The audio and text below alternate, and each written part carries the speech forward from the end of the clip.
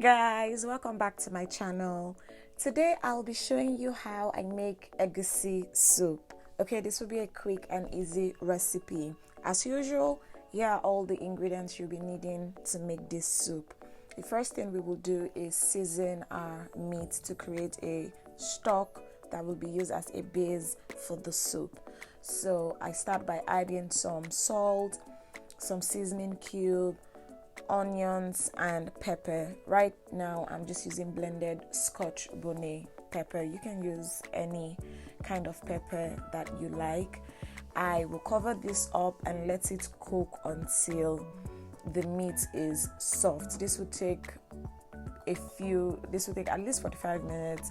While my meat is cooking, I would create a paste with my egusi. Basically, egusi is dried melon seed. I add a little water and I mix it until I have this consistency. Then I go back to my meat to check if it's soft, and as you can see, it looks like it's been completely cooked and soft. I take it out and add some oil to the pot. I'll be adding some onions and I'll cook the onions until it's a little bit soft. To that, I'll just be adding a tomato, pepper and onion mix.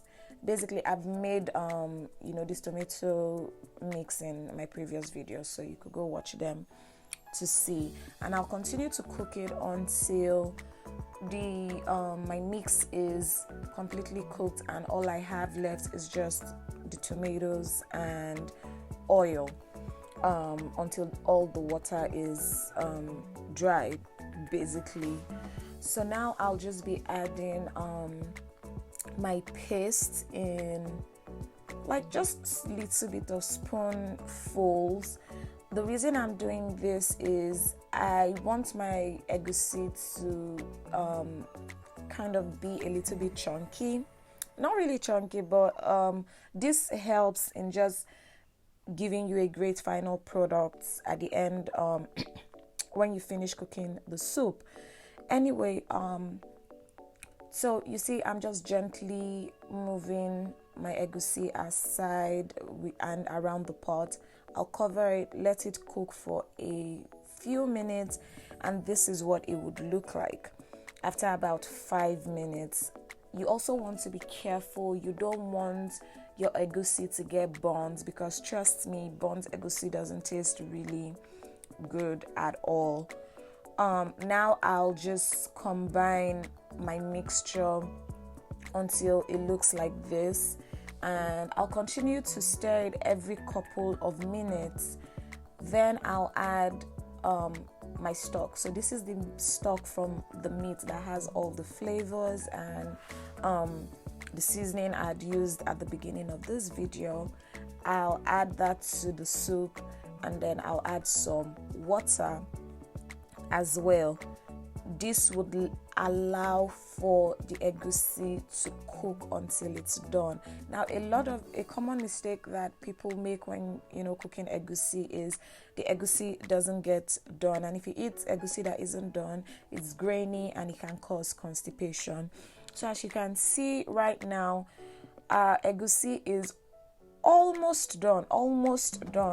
I stir it and continue to cook it for a few more minutes until it looks like this. So a trick for you to know when your egusi is done is you would see that the oil starts to rise to the top.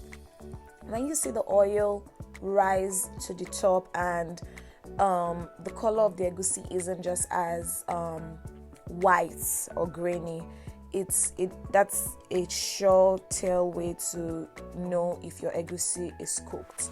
Now I'll be returning my meat to the soup, and I'll still let this cook for at least 10 to 15 more minutes. Okay, you can't ever have egusi that is overcooked. You can cook it for as long as possible, just so that you ensure it is done. But like I said, the moment you start seeing the oil rise to the top, that's for sure your egusi is done.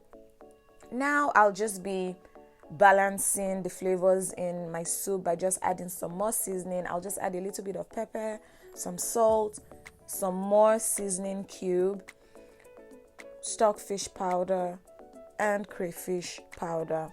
Of course, you know by now, if you're cooking Nigerian soup, crayfish and stockfish is a must. This is what gives you the authentic local flavor for every Nigerian soup, except if you have like a fish or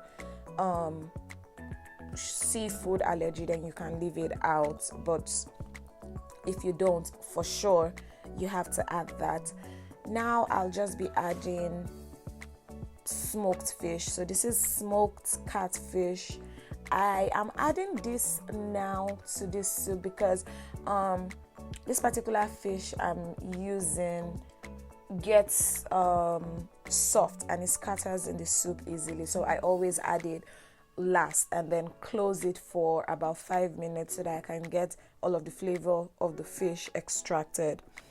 This is what it would be looking like now. Then I'll be adding some shrimps. So you could use shrimps or prawns. Again, you know seafood shouldn't be cooked for too long, and this is why I add it towards the tail end of my soups because I don't want to overcook it.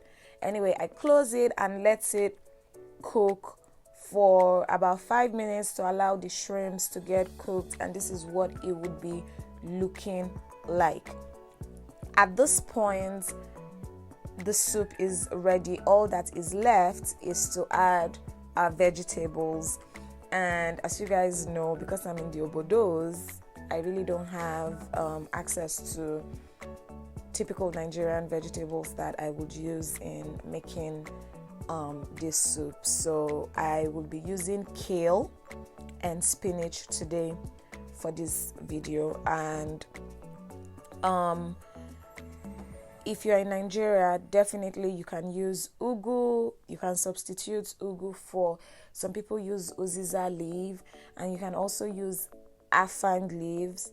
I think I'm going to make another recipe, another egusi recipe using afang leaves to just show you what it looks like. Shout out to the lady that requested this video. I had it in my archives for so long, and it wasn't until she had mentioned she wanted to see an egusi soup recipe that I remember that, oh yeah, I do have one, and let me share it. So I hope you've enjoyed this video. Please subscribe to my channel if you enjoy content like this. And yeah, so this is the end of the video. Basically, this is the end of the recipe. You add your spinach. Don't let your vegetables cook for too long because you want to get all that great nutrients out of your vegetables. So you shouldn't cook it for too long. I just max 2 minutes, that's fine, or even less if you like, because the vegetables will continue to steam while they are in the pot. And that is all, guys. Thank you so much for sticking with me till the end of this video. This is what the finished product looks like. Now the only question you have to ask yourself is, what swallow would you enjoy this with? Look at how beautiful it looks, and as you can see, it's not grainy. Perfect egusi soup. Thank you guys. Until next time. Bye.